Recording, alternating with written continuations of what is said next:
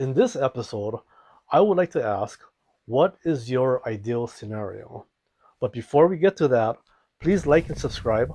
My goal is to help as many people as possible, and by doing so, you'll be lending a hand to others as well. An ideal scenario is a perfect vision of how you see yourself working in the future.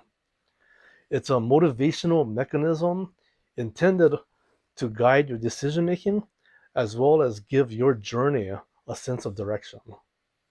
So let me take a moment to explain my take on the difference between having a goal versus having an ideal scenario.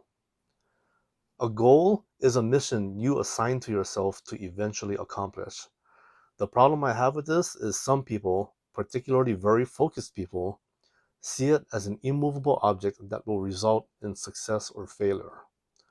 This results in everything else becoming a means to an end in order to hit their goal.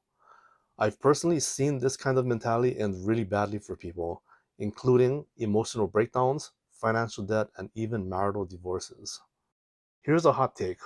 Personally, I don't believe long-term goals are healthy, but they're perfect for very short-term periods. For example, completing a project with the purpose to learn a new skill or to meet a new milestone. Ideal scenarios is a concept that came to me while thinking what actually makes me happier. When reflecting upon my own experiences, I realized what I've been using isn't a goal. It's more like a guiding light that doesn't require any kind of commitment and isn't an absolute. It's flexible, meaning I'm free to change it up whenever life throws a curveball or whenever I go through a change of my own.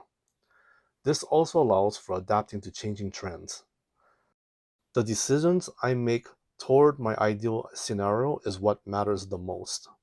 Achieving the outcome is just a bonus. With this mentality, your scenario doesn't even need to be realistic in order to work, hence why I use the word ideal. In short, it's about making the journey enjoyable.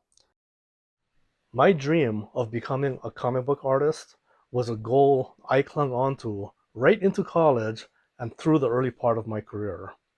Before I knew it, years flew by and nothing seemed to change my situation. I was still sharing an apartment, living paycheck to paycheck, and was barely making ends meet. Taking a step back, I looked at my life from a third person perspective and decided I needed a change. Over the next few weeks, I dedicated hours consciously thinking over this. I literally spent a half hour here, an hour there, sometimes going as far as turning off the TV in the middle of a show when this hit, just to sit, focus, and think. If you've ever meditated before, it was a very similar experience. There was only one thing I knew for certain, and that is art and creativity was always going to be a part of what I do. So I took inventory of all the skills and passions that I already have. Illustration, animation, design, comic books, movies, TV, video games, concept ideation, and web programming.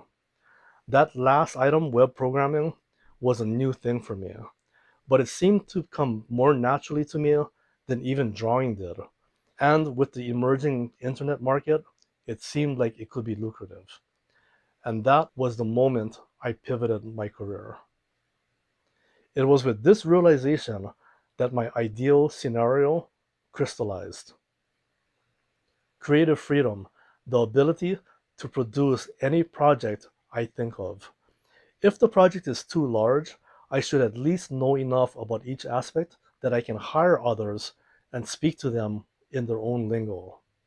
This also revealed a skill set path. It's a checklist of all the skills that I already have, as well as the skills that I need in order to achieve my ideal scenario. In this way, having an ideal scenario allows you to grab your career by the horns and strategically steer it in the direction that you want. The closer you get to doing what you want to do, the more you'll enjoy what you're doing. Anyways, that's it for now. Keep your chin up, and I'll see you on the next one. Thanks.